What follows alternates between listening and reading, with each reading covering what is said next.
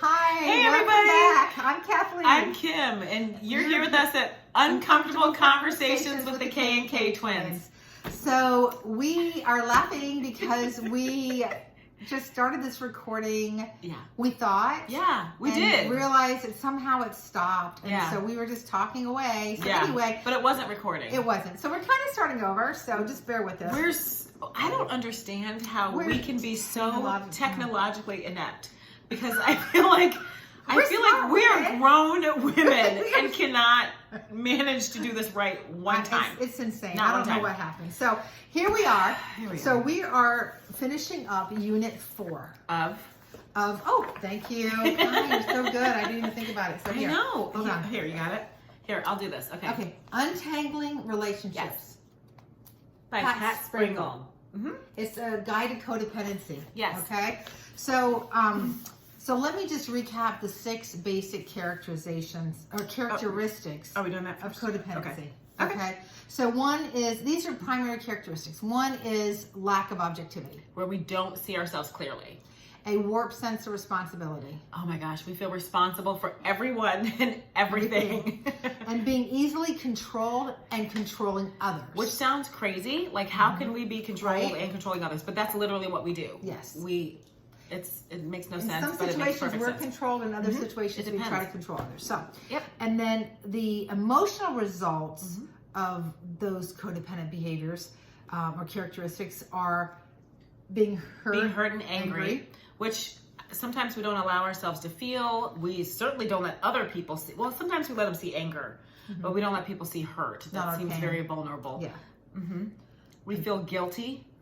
That's a big one. If you know that you feel guilty, some of us are in denial, which is part of lacking objectivity, by the way. Yes. And then, of course, loneliness. It can be very isolating to never allow anyone to be close to you because you're so afraid.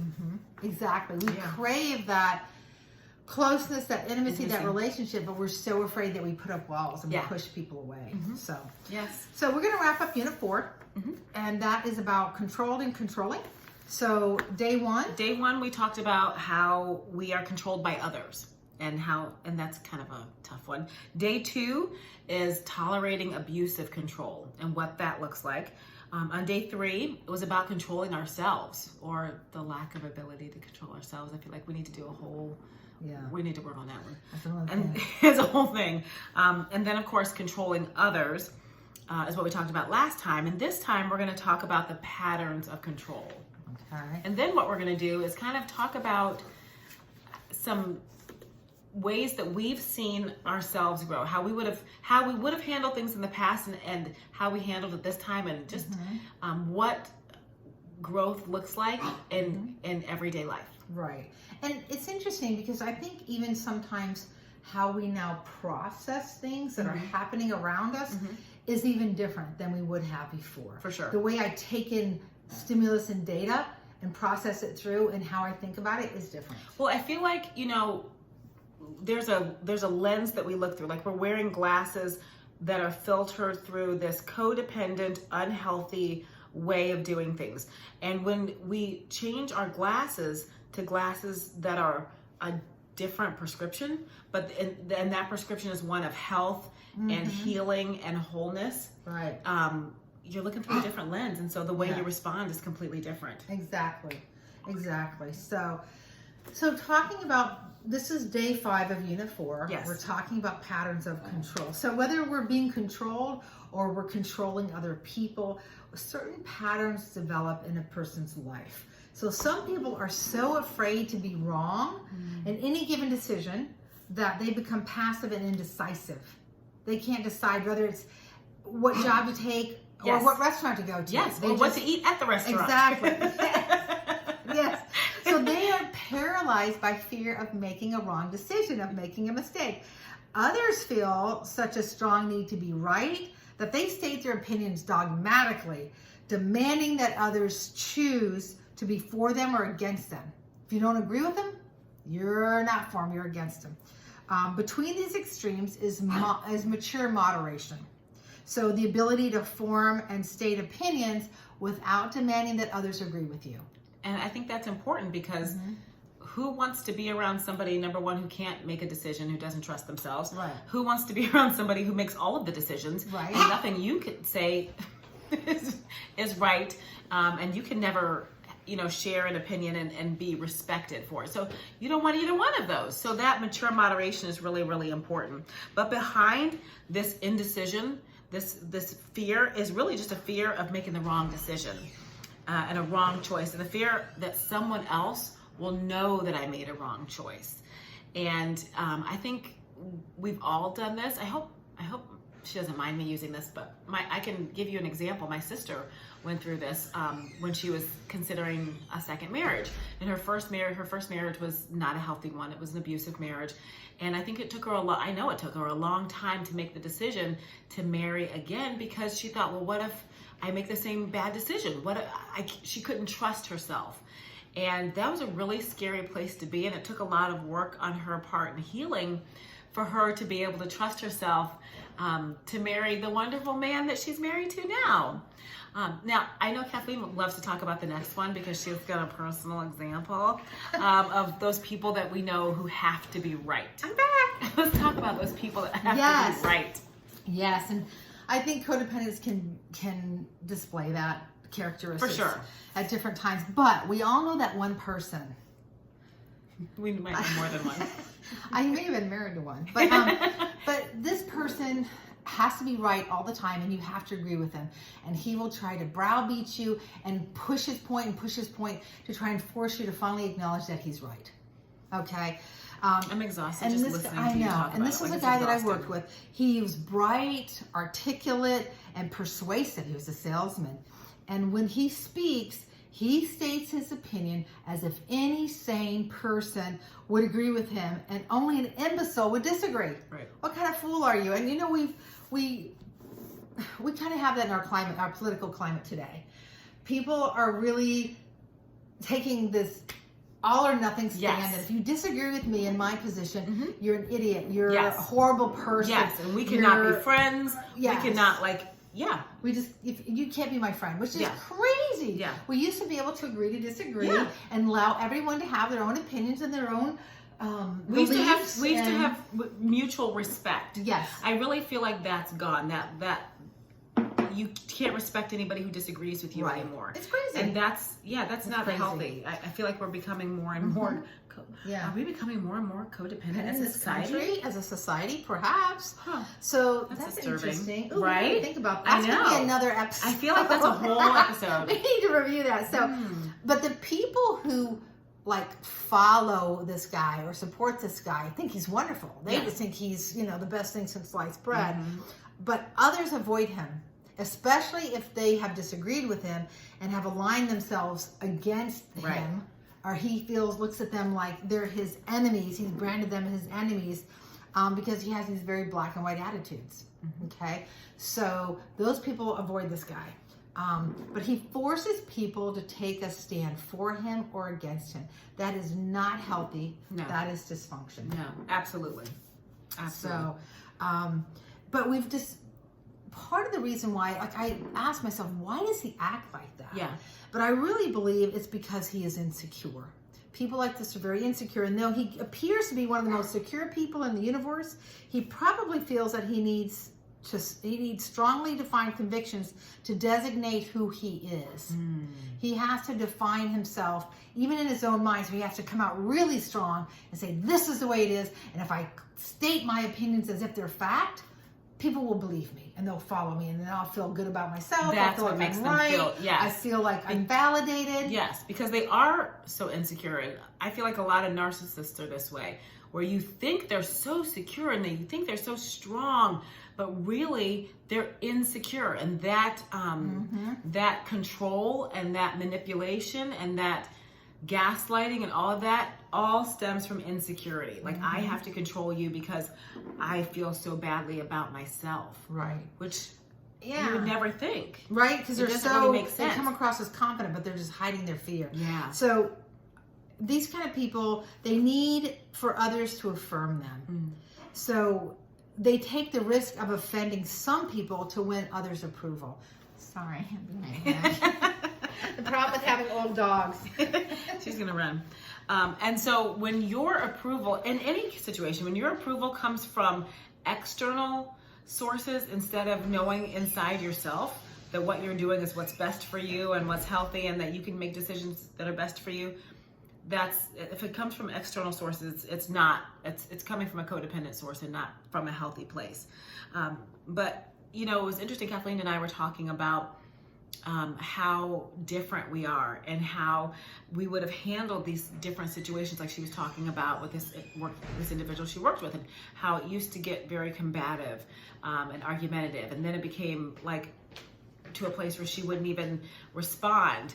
And looking at knowing who she is now, if she were in this situation, I'm talking about how you see the changes in yourself. Yes. Mm-hmm. And you were talking about if that person walked into the office today and acted the way he did then, he would have been gone in an instant. Like it would have never even been tolerated. So we allow ourselves to be in these situations for way longer than we need to. Exactly. And that's part of where we see our growth, is when we don't allow we don't allow ourselves to be treated that way anymore. And that's beautiful. It is beautiful. Because I think back now, like you said, and I think about different situations I was in different relationships, and whether it's work relationships, family, you know, marriage, whatever. There are things that I would never stand for now, and I look back and think, what was I thinking? Yeah. How did I put up with that? You know, that is so disrespectful or so offensive, whatever. So we see changes in ourselves because we know that were they to happen now, that it would be a very different story. So, so really, it boils down to motivation. So codependents need to be loved. So we desperately need to feel that we are loved and that we have a sense of worth. Okay, and when those needs are unmet, some of us will try to avoid the pain by being indecisive and passive, while others will try to win approval by being right. Gotta be right every time. Take that stand. You know. And we might be both. We might do at different times, with different people in different situations. We might be one or the other. So keep that in mind too. It's not all one or the other. Yeah, and both of those positions, whether you're taking a hard stand and trying to force people to agree with you, or if you're being passive and decisive, both of those are designed to get us to the same goal, which is avoiding pain and winning approval. Yeah. So that's kind of what that's about. So in a nutshell, we may cover our fears and insecurities by being dogmatic about our opinions. We demand that people agree with us because we feel their disagreement is a threat to our security. It's like a personal attack if you don't agree with me. But I feel like that's the climate we're in the society. Yes. People feel personally attacked when people disagree with them. Exactly. And that's not even true. Right? And it's not personal. But I think before I understood all of this, and I think I would sometimes take things personally, if people disagree with me, then somehow it threatened me because then they're saying I'm wrong. They're saying there's something I don't want to be wrong. I needed to win approval and validation, and if someone was disagreeing, that means they think I'm wrong. So how do you feel about that now? Like, do you care if people think you're wrong? Not really. Isn't that something? It's interesting because now when I hear people talk about things, I think sometimes I'll just think in my head, I don't think I agree with that, but you know what? It's not worth, like, I don't need to spew out my opinion just because someone's saying something I may not agree with. Yeah. I don't have the need to tell them that I disagree with them and here's why, to try and argue my case. I can just let them have their opinion. You know what that makes me think of? Makes me think of like people on social media who love to like get in arguments on social media with perfect strangers. Yeah. I'm wondering if there was a day that I'm kind of old, so I had a lot of time before social media. Right. So I'm wondering if there was a time where I would have been one of those people that like wanted to get on there and tell everybody how they're wrong and argue with them. Yeah, argue with them, try to help them see what I thought was right. And it's just interesting. It is. I will say it. It's weird to me. Yeah. that when people like argue with perfect strangers, you're not like they're going to change their minds. Why are you? It's important to them that they somehow are heard and that they get that they want to. But nobody cares. I know. Nobody wants to know their opinion. Like really, nobody cares. Like everybody is so involved with themselves and cares so much about what they feel. They literally don't care. They don't care. They really don't. But I wonder if that's kind of like part of that same dynamic. So. I think it's still a control thing. I do. I definitely think it's a control thing. We're trying to control circumstances, situations, people, so that we get our needs met and we get validated. And for us to be, if someone agrees with us, that means we're right and we love them. If they disagree with that, they're attacking us, and that means we're wrong and we don't like that. So it doesn't have to be that way. Interesting. So we wrapped up Unit 4. Mm-hmm. Okay, so next time it's Unit 5, where it's about hurt and anger. We're going to go into that. Yeah. But right now, what we thought would be a good place to do this is to talk about some of the ways that we have noticed in ourselves that we have changed, that we have grown and found healing, and how we process the world around us in a different way now. Mm-hmm. So I was telling Kim that I realized I wanted my daughter to come and visit me. And then we were going to drive down to see some relatives in another state. And she does have some health issues. And so, but one of the things with her is that I will ask her something, and if she doesn't want to do it, she just won't respond. And it used to make me crazy because I wanted her to say, no, I don't want to do that. But that's very difficult for her. And so, there's codependency going on. So I invited her to come and visit, and then we'd, drive down. And I didn't hear from her. And in the past, I think I would have kind of maybe badgered her a bit and say, well, are you coming? Are you not coming? If you don't come, this may be the last time you get to see these particular relatives, or I might have tried to coerce or guilt her or whatever. Manipulate. Mm-hmm. And you know what? It never even really crossed my mind. I finally, when I called her, I said, hey, hon, I said, do you not want to come? Because I know you've got some health issues. Or are you worried about that? Are you worried about getting too far from your medical support group, your hospitals and your, doctors and whatnot? And I said, it's okay if you don't want to come, if you feel like you can't. And it's okay to say no. Are you worried that I'm going to be upset if you say no? And she said, well, I am afraid, because she gets infusions like 3 times a week. And so she said, I'm kind of afraid to get too far, because if something happens, I'm not around my, my doctors in the hospital she goes to and all that. So, but it was really interesting, because typically I think she would have been worried about saying no to me, because then I would have been like, oh, you need to come and you need to figure, we need, and just, she didn't have the freedom to say no. Exactly. That's I didn't allow her to interesting. without trying to, badger her and bully her and guilt her into coerce her into doing what I wanted her to do. So, and it never crossed my mind this time. Yeah. But it did cross my mind that maybe she's afraid to say no. Yeah. So let me give her permission to do that. And I think So that's threw it out there. That being communicative with her and giving her the freedom to say, like, and you even said it's okay. Yeah. If you don't, if you can't to, that's if okay. you can't to, if you don't want to, like, it's okay to say. Yeah. And that probably did a lot for her. You know what I mean? Yeah. That I think probably- it's healing our relationship now that we're interacting at a different level. Yeah. Me talking to her and allowing her to have her own opinions and allowing her to set boundaries and say no and do what she thinks is best for her, whether I agree or disagree. I think, Which she doesn't even need to know if you agree or disagree. there's no point. Yeah. Why does she need to know that? Because it's not going to change what she feels is best for her.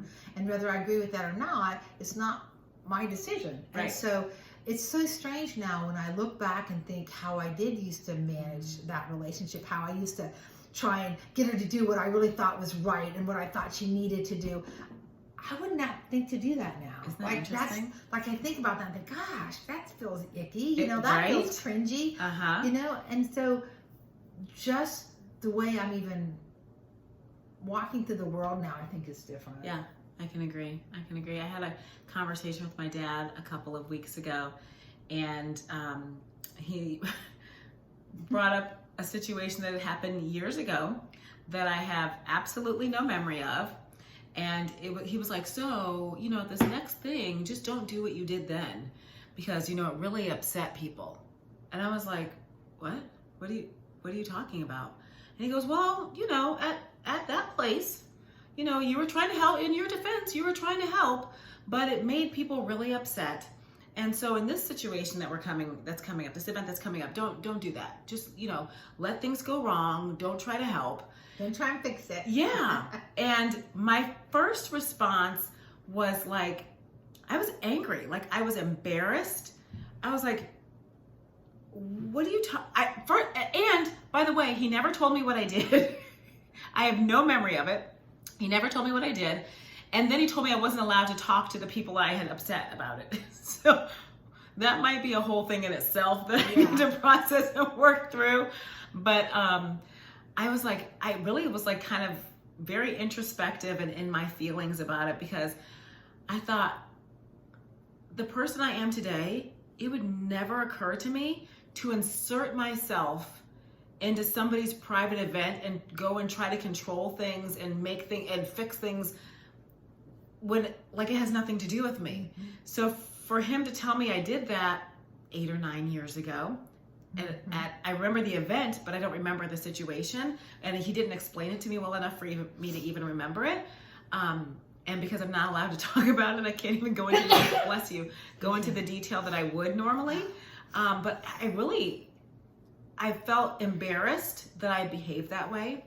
I was upset, really. Yeah. I was upset that I hurt the people that I love the most and the people whose event it was in an effort to help. And I was like mad that my dad was bringing it up all these years later. But doesn't it feel foreign to you now? Oh, wouldn't that behavior I would feel foreign never, to you? it would never. So yeah, okay. So I think I could say this part. There's a wedding that's coming up, and he's like, if something's going wrong at the wedding, don't help. And I was like, why would I help? That's our thing. We help. We're fixers. But really, why would, like, that was my thought. Like, why would I go to this wedding out of town where I don't even know all the other people except like the one who's getting married? Why would I do that? But apparently, because we wanted to be the apparently heroes. I would.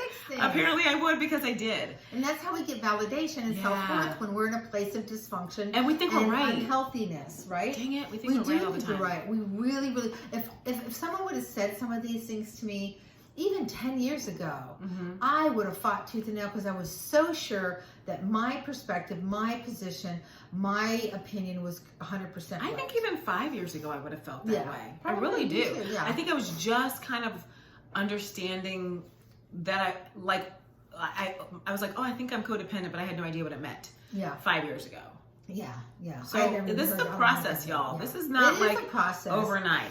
But we want you to know that there's hope and there's healing. Because one of the things Kim and I talked about when we first started doing this book, by the time we got almost a good part of the way through, I said, good grief, this is just depressing and frustrating, and I feel hopeless, because it's all about recognizing codependency and how we got there. And seeing how messed up we are. Codependent, that's how it felt. And really recognizing, man, we are really super codependent.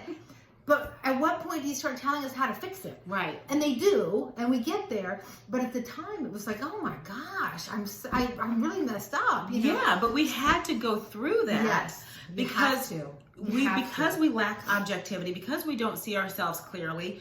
We have to learn. Yes. We have to learn what it means. We have to see those traits in ourselves. Right. You know, we literally can't change it if we don't know what it is. And so that learning process, it until we see how we learn it. We have to go back to that time of our family of origin to recognize this accumulated these responses and these triggers and all of these behaviors. You know, all these we should do a whole episode on triggers. We should totally, because we know we've got a bunch of them. We always So you can't unlearn it until you understand how you learned it, why you learned it, where you learned it. And that eye-opening revelation is painful. I'll just tell you. It is. It's not easy. This is a hard journey, guys. But it is so worth it. It is. Because here we're walking around hurting people. Yeah. Hurting ourselves. Hurting ourselves for real. When we can live this life of freedom. Yes. Like,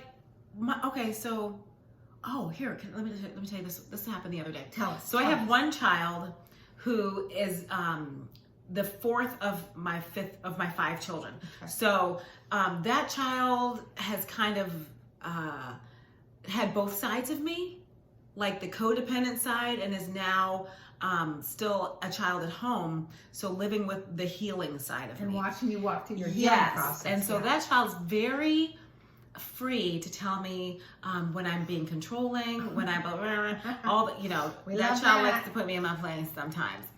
And so that child the other day was like, I'm so stressed out. I'm having such a hard time. And I'm like, you are 17. You don't pay any bills. You like live your best life. What are you stressed out about? And so this kid is like, well, I really want to get a job and I want to have money to be able to do things. And I really want to have this and I want to have that. And I went, oh, okay, well, I can get that. And then I had this revelation and I said it out loud. I said, you know what?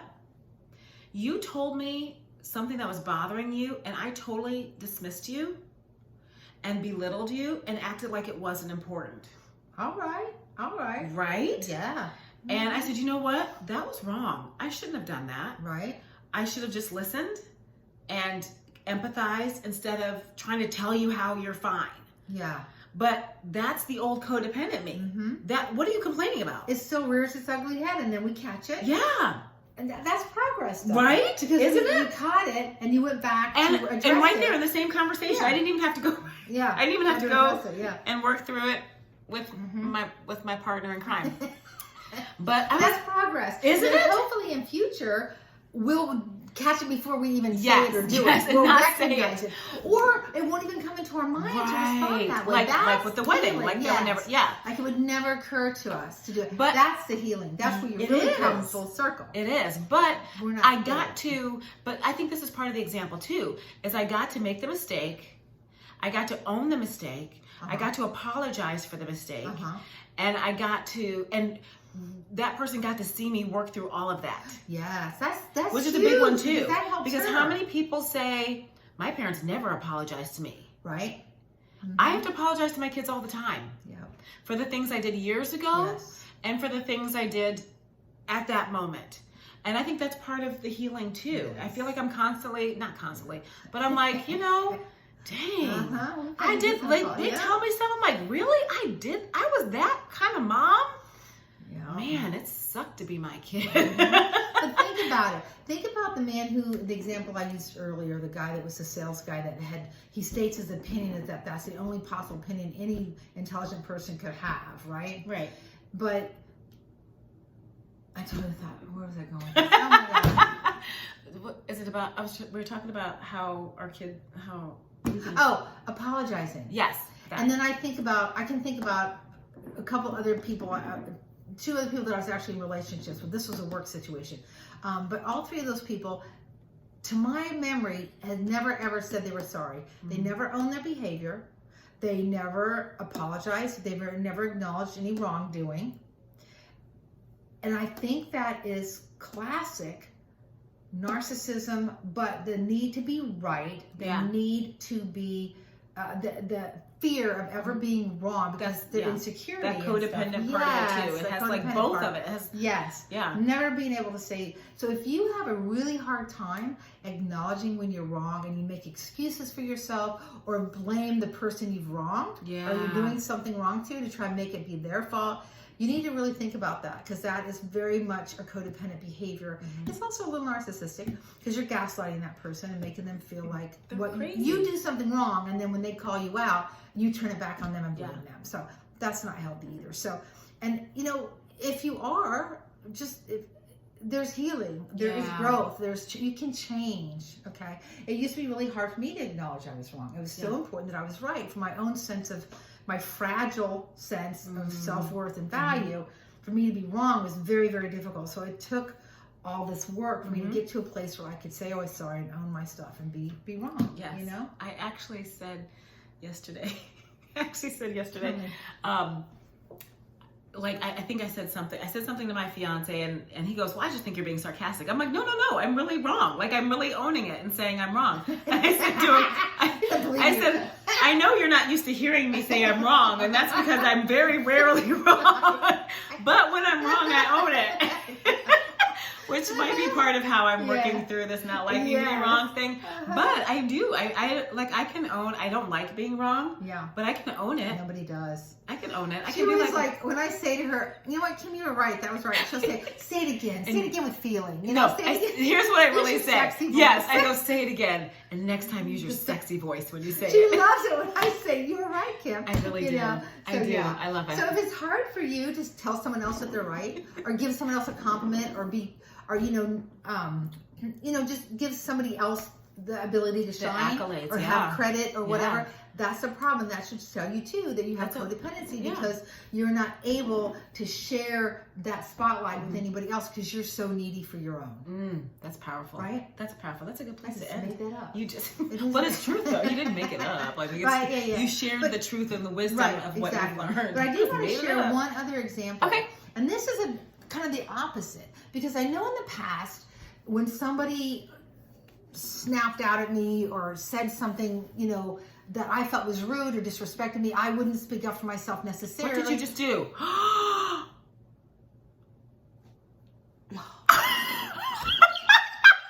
That must be what happened last time. Wait, are we? What is happening right now? Are you just playing it? It's just playing. I don't It's know not what I re-record- just did. Okay. Wait. Wait, what? What are you gonna do? You know what we're gonna do? We're gonna go all the way to No. the end and start again. Here. Oh my Hold gosh! On. What are you? Hold on. Okay, now. No, now you're just playing. You have to hit record. Oh, record. Thank Yeah. you. Oh